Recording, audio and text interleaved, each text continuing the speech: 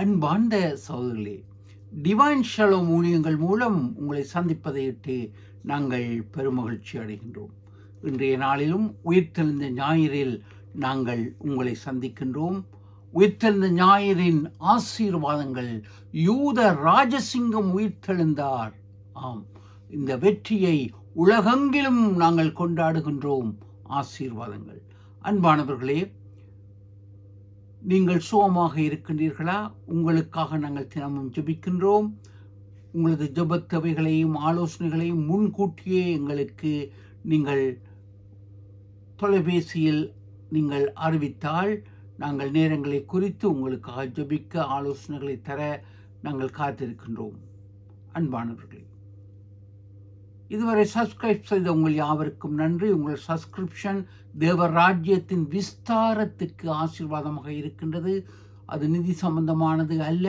உங்கள் சப்ஸ்கிரிப்ஷன் தேவராஜ்யத்தின் ஆசீர்வாதங்களையும் விருத்தி செய்யவும் ஒழுங்கு செய்யவும் உங்கள் நண்பருடன் பகிர்ந்து கொள்ளும் பொழுது நீங்களும் உடன் பங்காளிகள் ஊழியக்காரர்களாக இருப்பதையிட்டு நாங்கள் மகிழ்ச்சி அடைகின்றோம். ஒரு விசை ஜெபம் செய்வோம். கர்த்தாவே, இந்த நாளிலும் உம்முடைய பிள்ளைகளுக்காக உயிர்த்தெழுந்த ஞாயிறுக்காக தினத்துக்காக வருகின்றோம். இந்த நாட்களில் அங்கங்கு வன்முறைகள், அரசியல் குழப்பங்கள் நடந்து கொண்டு இருக்கின்றன. கர்த்தாவே, உம்முடைய கிறிஸ்தவ பிள்ளைகளின் ஆலயங்களை அடிப்பதற்கும் அவர்களை நொறுக்குவதற்கும் சத்துரு எத்தனம் பண்ணி கொண்டிருக்கும் வேளையில் நீர் அவர்களை தடுத்து நிறுத்த நீர் ஞானங்களை எமக்கு தாரும். அரசியல் பாதுகாப்பு படையினருக்கு விசேஷித்த புத்தியை ஞானங்களை நீர் கொடுக்கும் என்று கேட்கின்றோம். நீங்கள் பொறுப்படுத்திக் கொள்ளுங்கள் ராஜா. உலகெங்கும் நடக்கும் யுத்தங்களுக்காக கண்ணீருடன் வருகின்றோம். கர்த்தாவே, யுத்த கொடுமுடியின் நாட்களில் ஈரான், அமெரிக்கா, இஸ்ரேல், மத்திய கிழக்கு நாடுகளில் கர்த்தாவே இருக்கும் வியாதியுள்ள உம்முடைய பிள்ளைகளுக்காக, கர்ப்பிணி தாய்மார்களுக்காக கண்ணீருடன் வருகிறோம். கர்த்தாவே, இந்த யுத்த சூழ்நிலையில் அவர்கள் எங்கு செல்லலாம் என்று தவித்துக் கொண்டிருக்கும் அந்த தாய்மார்களையும் வியாதி உள்ளவர்களையும் கர்த்தாவே உம்முடைய கரத்திலே நாங்கள் ஒப்புக் கொடுக்கிறோம். அவர்களை தாங்கும், பொறுப்படுத்தி வணிந்து கொள்ளும். இந்த வேளையிலும் கர்த்தாவே, உலகெங்கிலும் இருக்கும் உடைய பிள்ளைகளுக்காக, சரீர வியாதியுடன் வைத்திய சிகிச்சைகளை பெற்றுக் கொண்டிருக்கும் பிள்ளைகளுக்காக, பலதரப்பட்ட பொருளாதார பிரச்சனை, குடும்ப பிரச்சனை, மனோ வியாதி, இப்படியாக அநேகவற்றினூடாக கடந்து செல்லும் பிள்ளைகளுக்காக கண்ணீருடன் வருகிறோம். கர்த்தாவே, நீங்களே பொறுப்படுத்திக் கொள்ளுங்கள். இவர்களுக்கு வேண்டிய ஆசீர்வாதங்களை, பாதுகாவலை கட்டளையிடுங்கள். விசேஷித்த நாட்களை கொண்டாடும் உடைய பிள்ளைகளை அபரிதமாய் ஆசீர்வதியுங்கள். தங்கள் பிறந்த நாட்களையும் அனிவர்சரியும் தங்கள் ஆசீர்வாதங்களையும் கொண்டாடும் பிள்ளைகளை தொடர்ந்தும் பொறுப்படுத்திக் கொள்ளுங்கள். ஆசீர்வதிங்கள், காத்துக்கொள்ளுங்கள். ஜெபங்களை கேளுங்கள். பேசும் அடியேனை உடைய பரிசுத்தாவினால் நிரப்புங்கள். கேட்கும் நாங்கள் ஒவ்வொருவரும் உம்முடைய உயிர்த்தெழுந்த வாழ்வை வாழ வழிகளை திறந்து தாருங்கள். இயேசு கிறிஸ்துவின் ஜீவனுள்ள நாமத்தில் ஜெபிக்கிறோம் பரம தந்தையே, ஆமேன். அன்பானவர்களை, வேத பாடமாக ரோமர்கள் நிருபம் 6ஆம் அதிகாரம் 9ஆம் வசனம் முதல் 12ஆம் வசனங்கள் வாசிக்க கேட்போம். மரித்தோரிலிருந்து எழுந்த கிறிஸ்து இனி மரிப்பதில்லை என்று அறிந்திருக்கிறோம். மரணம் இனி அவரை ஆண்டு கொள்ளுவதில்லை. அவர் மரித்து பாவத்திற்கென்று ஒரே தரம் மரித்தார். அவர் பிழைத்திருக்கிறது தேவனுக்கென்று பிழைத்திருக்கிறார். அப்படியே நீங்களும் உங்களை பாவத்திற்கு மரித்தவர்களாகவும் நம்முடைய கர்த்தராகிய இயேசு கிறிஸ்துவுக்குள் தேவனுக்கென்று பிழைத்திருக்கிறவர்களாகவும் எண்ணிக்கொள்ளுங்கள். ஆகையால் நீங்கள் சரீர இச்சைகளின்படி பாவத்திற்கு கீழ்ப்படியத்தக்கதாக சாவுக்கேதுவான உங்கள் சரீரத்தின் பாவம் ஆளாதிருப்பதாக. ஆம், அன்பானவர்களே, அழகாக இங்கே கூறப்படுகின்றது. ஆகையால் நீங்கள் சரீர இச்சைகளின்படி பாவத்துக்கு கீழ்ப்படியத்தக்கதாக சாவுக்கேதுவான உங்கள் சரீரத்தில் பாவம் ஆளாதிருப்பதாக. நாங்கள் எங்களை பாவத்துக்கு மரித்தவர்களாயும் கர்த்தர் இயேசு கிறிஸ்துவின் குள் பிழைத்திருக்கிறவர்களாகவும் எண்ணிக்கொள்ள கடவோம் என்று பவுல் அப்போஸ்தலன் தெளிவாக இங்கே கூறுகின்றார். 5ஆம் அதிகாரத்தில் ஞானஸ்நானத்தை குறித்து கூறும் பொழுது, அங்கு தண்ணீரில் ஞானஸ்நானம் எடுக்கும் பொழுது, நாங்கள் அந்த தண்ணீருக்குள் மூழ்கும் பொழுது அது கிறிஸ்துவுக்குள் மரித்ததையும் மேலே வரும் பொழுது அவருடைய உயிர்த்தெழுதலில் நாங்கள் பங்கெடுப்பதையும் விளக்கி கூறுகின்றது. எனவே இந்த ஞாயிற்றுக்கிழமை, இந்த புனித நாள், இது எமக்கும் ஒரு உயிர்த்தெழுந்த அனுபவம். கிறிஸ்து மட்டுமல்ல, கிறிஸ்துவுக்குள் வாழும் நானும் நீங்களும் உயிருள்ள வாழ்க்கை வாழ, ஜீவனுள்ள வாழ்வு வாழ அழைக்கப்பட்டிருக்கின்றோம். அதுதான் கிறிஸ்தவ வாழ்வு. ஏனோ தானோ என்ற கிறிஸ்தவ வாழ்வு அல்ல என் அன்பு சகோதரர்களே. இந்த கிறிஸ்துவை விசுவாசிக்கும் நீங்களும் நானும் அவருடைய உயிர்த்தெழுந்த வாழ்வில் வாழ பங்கெடுக்க அழைக்கப்படுகின்றோம். இன்று எம்பெருமான் இயேசு கிறிஸ்து உயிர்த்தெழுந்தார். இந்த உயிர்த்தெழுந்தலை குறித்து பழைய ஏற்பாட்டில் கூறப்படுகின்றது. புதிய ஏற்பாட்டிலும் அனைத்து சுவிசேஷங்களிலும் நிருபங்களிலும் தெளிவாக கிறிஸ்துவின் உயிர்த்தெழுதலையும் அவர் பரமெழுதலையும் மீண்டும் வருவதையும் அவருடைய இரகசிய வருகையையும் பரலோக ராஜ்யத்தின் வாழ்வையும் குறித்து தெளிவாக விளக்கி கூறுகின்றது. எனவே இது ஒரு ஆசீர்வாதத்தின் நாள் என்பானவர்களே. ஆயினும் பழைய ஏற்பாட்டில் மட்டுமல்ல, புதிய ஏற்பாட்டில் மட்டுமல்ல, பழைய ஏற்பாட்டிலும் இங்கு தாவீது தெளிவாக இதை 110ஆம் சங்கீதம் 1ஆம் வசனத்தில் கூறுவதை நாம் கேட்போம். கர்த்தர் என் ஆண்டவரை நோக்கி, நான் உம்முடைய சத்துருக்களை உமக்கு பாதபடியாக்கி போடும் வரைக்கும் நீர் என்னுடைய வலது பாசத்தில் உட்காரும் என்றார். கர்த்தர் என் ஆண்டவரை நோக்கி, நான் உன் சத்துருக்களை உமக்கு பாதபடி ஆக்கும் போடும் வரைக்கும் நீர் என்னுடைய வலது பாசத்தில் உட்காரும் என்கின்றார். இது தாவீது அரசன் பரிசுத்த ஆவியின் அபிஷேகத்தினால் நிறைந்தவராய் இதை விளக்கி கூறுவதை நாங்கள் பார்க்கக்கூடியதாக இருக்கின்றது. இங்கு எழுதப்பட்ட வாக்கியங்களை பார்க்கும் பொழுது இதன் எபிரேய பாஷையில் எழுதப்படுகின்றது. அங்கு எல்ஷடாய் கர்த்தர் என்று எழுதப்படுகின்றது. ஆயினும் என் ஆண்டவர் என்று கூறும் பதம் அடோனாய். அதன் தாற்பயம் ஆண்டவர், இறைவன், தேவன். அடோனாய் என்ற எபிரேய பதம் அங்கு எழுதப்படுகின்றது. ஏடியோ என்னாய். அன்பானவர்களே, இந்த அடோனா என்ற பதம் ஆண்டவர் என்பதை குறிக்கின்றது. பழைய ஏற்பாட்டிலே இங்கு திருத்துவ தேவன், பிதாவாகிய தேவனையும் குமாரனாகிய இயேசு கிறிஸ்துவையும் அங்கு விளக்கி இங்கு 110ஆம் சங்கீதம் கூறப்படுகின்றது. இது கிறிஸ்துவின் மரணம் உயிர்த்தெழுதலை தாவீது விளக்கி காட்டுவதை நாங்கள் பார்க்கக்கூடியதாக இருக்கின்றது. அன்பானவர்களே, இங்கு நாங்கள் பார்க்கும் பொழுது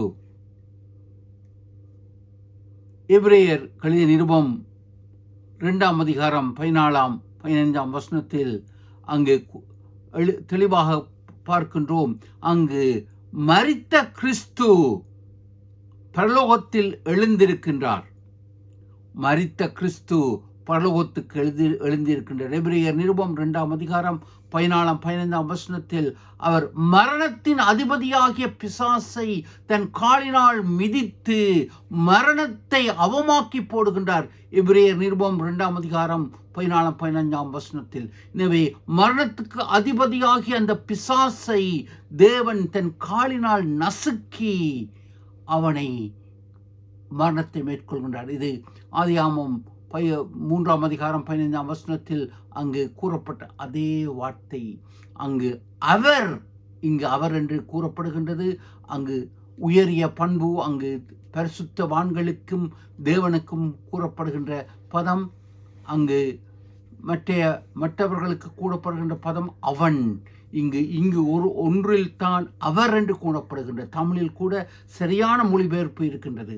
எனவே அவர் உன் தலையை நசுக்குவார், நீ அவர் குதிக்காலை நசுக்குவார். சிலுவையில் அவன் மரணத்தை கொடுப்பதற்கு குதிக்காலை அவன் தீண்டுகின்றான். ஆம், ஆனால் பிசாசு இயேசு உயிர் தெழும்புவார் என்று அவன் நினைக்கவே இல்லை. அவன் சிந்தித்தான், இதுடன் முடிந்து விடுகின்றது. அவன் இதை தெரிந்திருந்தால் அவன் சிலுவையில் இயேசு அறையப்படுவதற்கு ஒப்பு கொடுத்திருக்க மாட்டான். அவன் இது ஒரு பெரிய வெற்றி, பரலோக ராஜ்யத்துக்கும் அதன் பிள்ளைகளாகிய உங்களுக்கும் எனக்கும் படு தோல்வி பிசாசுக்கும் அவன் கூட்டத்துக்கும் இயேசுவின் உயிர்த்தெழுதல். அன்பானவர்களே,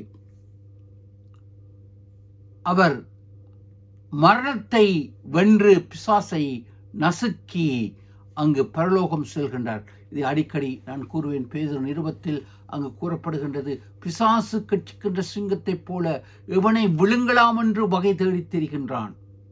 ஜாக்கிரதையாயிருங்கள். உங்கள் எதிராளியாகிய பிசாசு எவனையும் விழுங்குவதில்லை, மன்னிக்கவும், சிங்கம் எவரையும் விழுங்குவதில்லை. அது கடித்து குதறி பீறி தான் அது தன் இரையை சாப்பிடும். ஆனால் ஏன் விழுங்க வேண்டும்? பல் இல்லாவிட்டால் அது விழுங்கத்தான் வேண்டும். வயது சென்றவர்கள் இரையை விழுங்குவார்கள். சிலுவையில் இயேசு பிசாசின் தலையை நசுக்கிய பொழுது அவன் பல் எல்லாம் உடைக்கப்பட்டு விட்டது.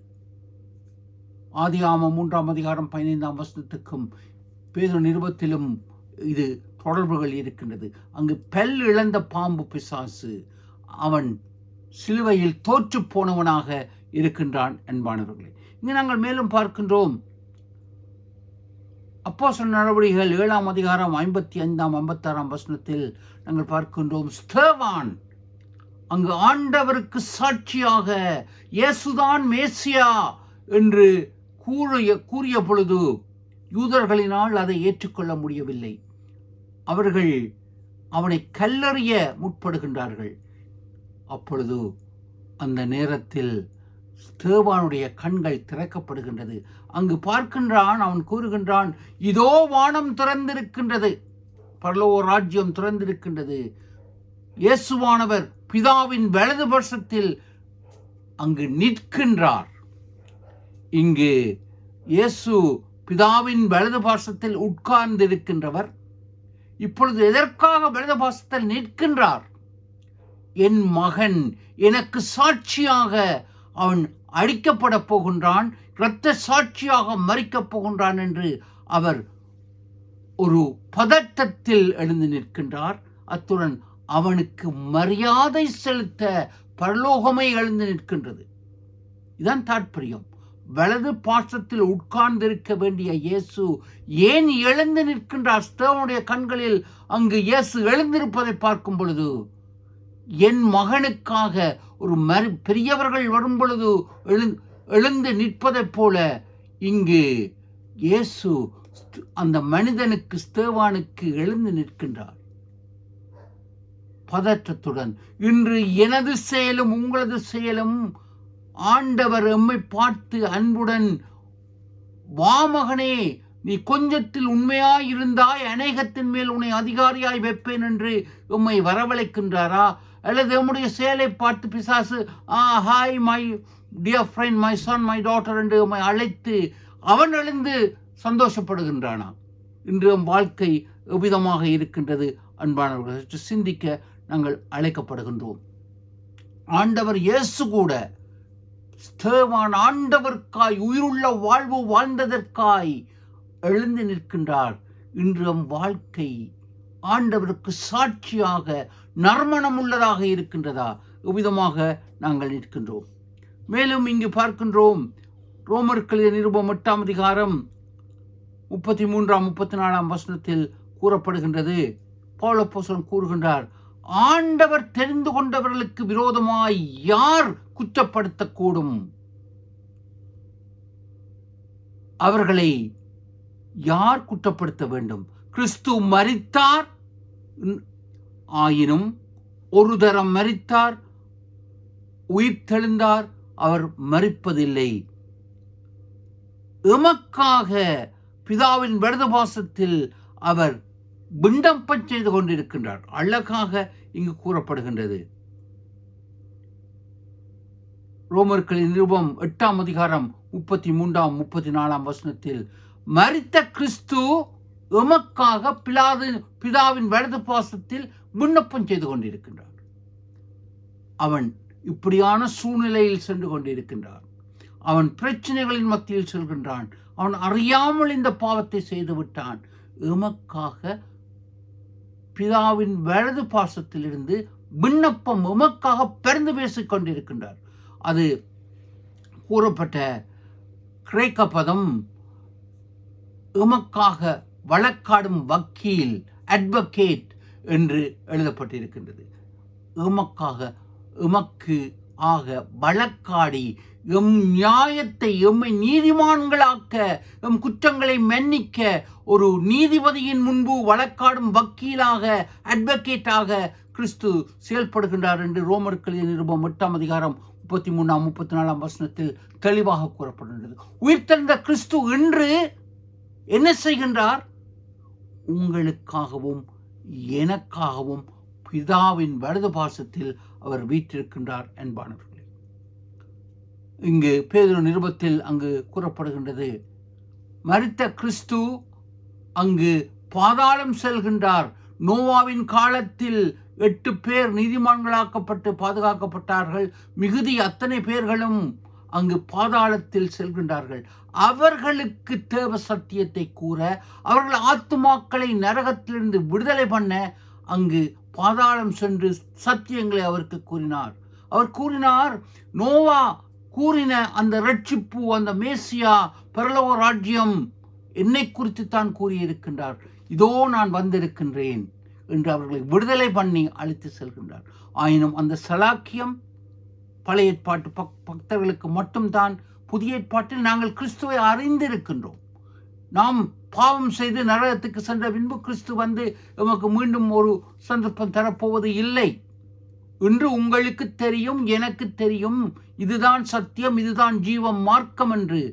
எனவே இப்பொழுது நாங்கள் செயல்படுவதை அழைக்கப்படுகின்றோம், சரியானவற்றை செயல்பட. இன்று நம்மை மோசம் போக்குவதற்கு பிசாசு பல வழிகளை, யுக்திகளை கையாள்கின்றான். பிறப்பு, நாங்கள் பலதரம் பிறப்போம், புது வாழ்வை அடைவோம், மீண்டும் மீண்டும் பிறப்போம். இது இந்து சமயத்திலும் புத்த சமயத்திலும் கூறப்படுகின்றது. அதை எங்கள் கிறிஸ்தவர்கள் கூட, ஊழியக்காரர்கள் கூட அதை நம்புகின்றார்கள். சென்ற பிறப்பு நமக்கு தெரியாது, நிச்சயமாக தெரியாது. யாராவது கூற முடியுமா? இல்லை. வரும் பிறப்பு நமக்கு தெரியாது. இருக்கும் இப்பிறப்பை சரியான முறையில் பயன்படுத்த வேண்டும். அதை ஏமாற்றுவதற்கு பிசாசு இப்படியான கட்டுக்கதைகளையும் தத்துவ ஞானங்களையும் கொண்டு வந்து கிறிஸ்துவை விட்டு எம்மை விலத்துவதற்கு வழி செய்கின்றான். சற்று ஜாக்கிரதையாக இருக்க அழைக்கப்படுகின்றோம் என் அன்பு சகோதரர்களே. இங்கு அடுத்ததாக நான் கூற விரும்புவது என்னவெனில், கிறிஸ்து உயிர்த்தெழுந்த பின்பு அநேகருக்கு தரிசனமானார். ஆனால் முதலில் அவர் தரிசனமானது ஒரு பெண்ணுக்கு, மரியாளுக்கு. இங்கு அநேகர் இதை குறித்து அநேக விளக்கங்களை கூறுகின்றோம். ஏனெனில் கிறிஸ்து அந்த பெண்ணுக்கு, மரியாளுக்கு தரிசனமானது, அவளும் எல்லா விதத்திலும் எனக்கு ஏற்றவள், என் மகள். அங்கு உயர்வு தாழ்வு அல்ல, ஆணென்றும் பெண்ணென்றும் அல்ல, மரியாளுக்கு தரிசனமாகின்றார். இன்று உலகத்தில் பாவம் அநேகர் கூறுவார்கள் பெண்ணினால் வந்ததென்று. ஆனால் நான் கூற விரும்புகின்றேன், இறைவன் தேவன் ஆதாமுக்குத்தான் அந்த பொறுப்பை கொடுக்கின்றார். எனக்கு பிரதிநிதியாக நீ இவற்றை ஆண்டுகொள். அவனுக்கு துணையாக அவனிலிருந்து, விழாவிலிருந்து பெண்ணை உருவாக்குகின்றார்.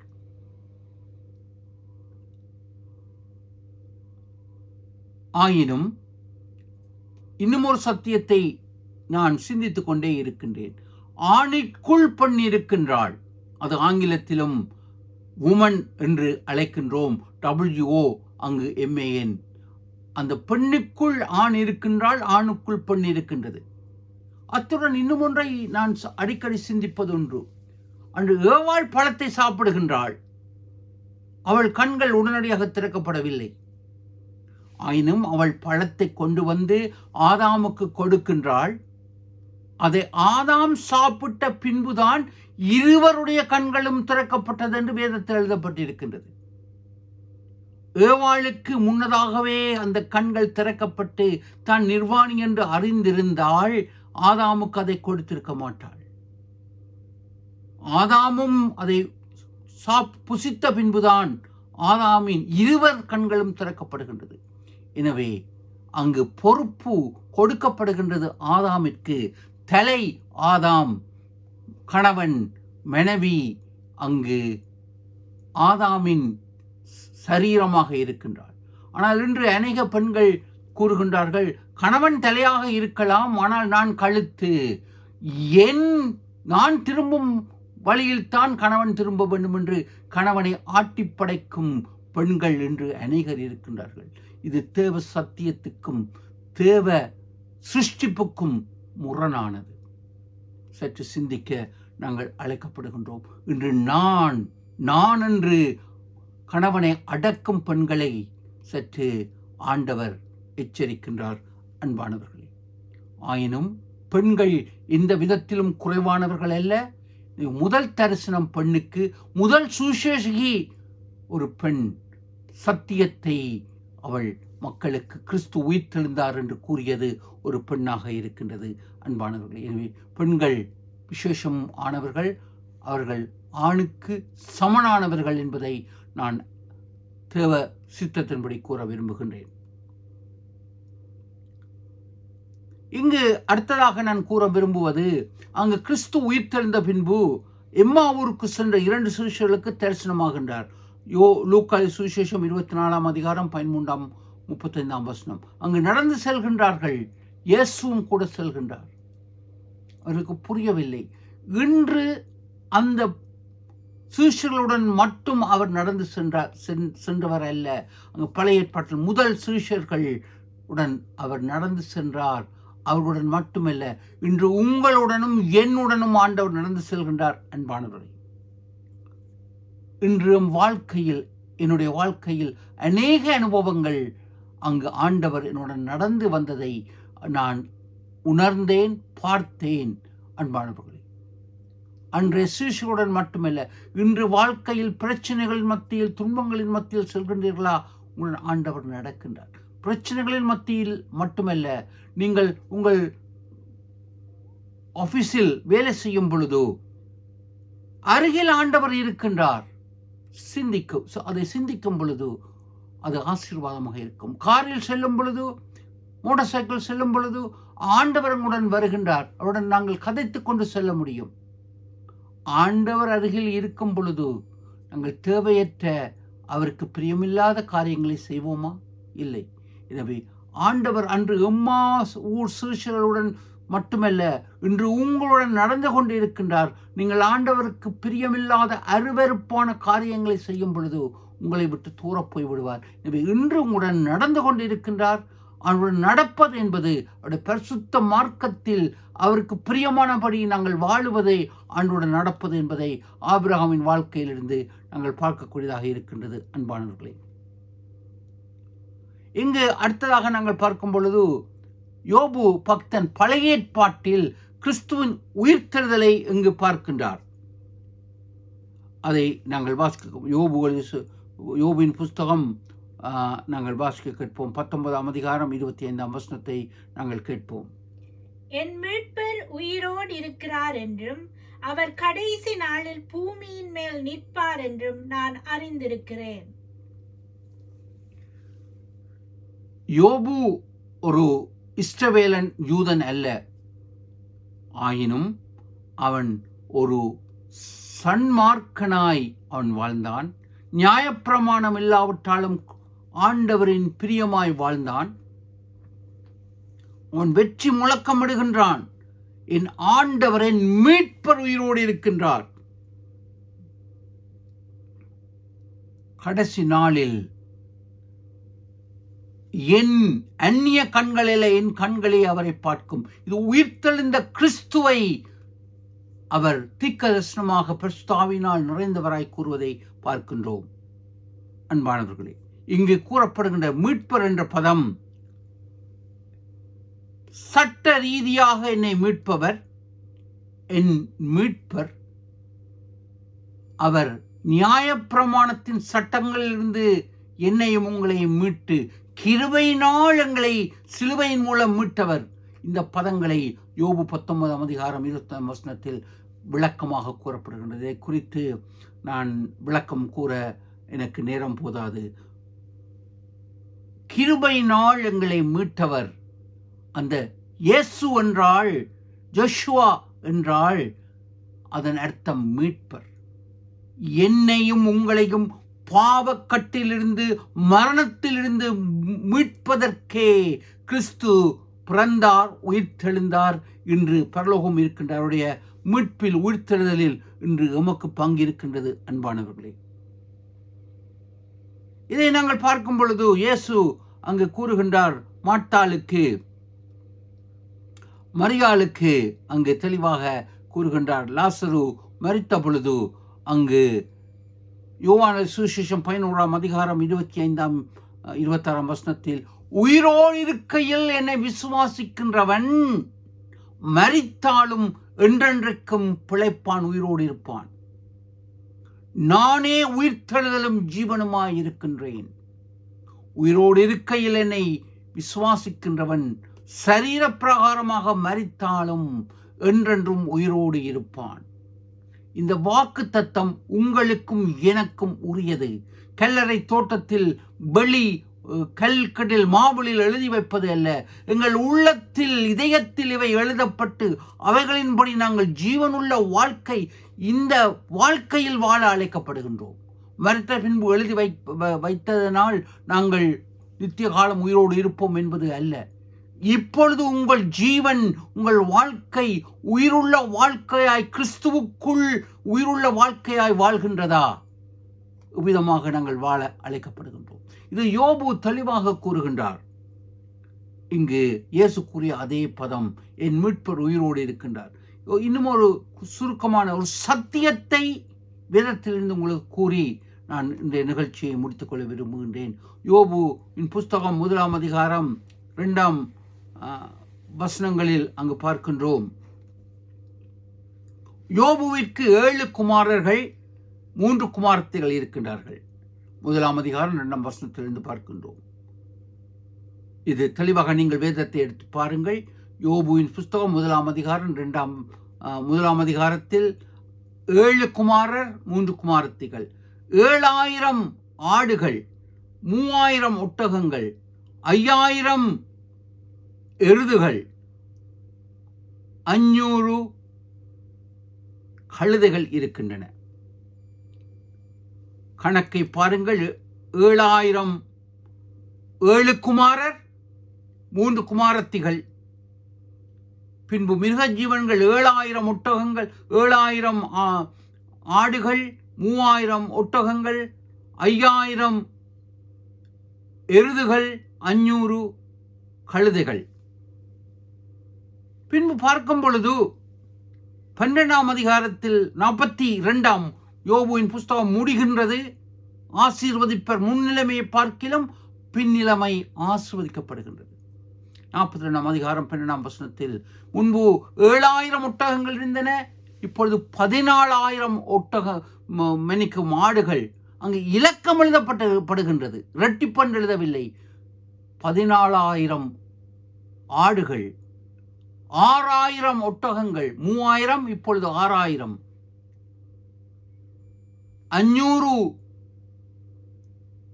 எருதுகள் இருந்தன, இப்பொழுது 1000 எருதுகள் இருக்கின்றன.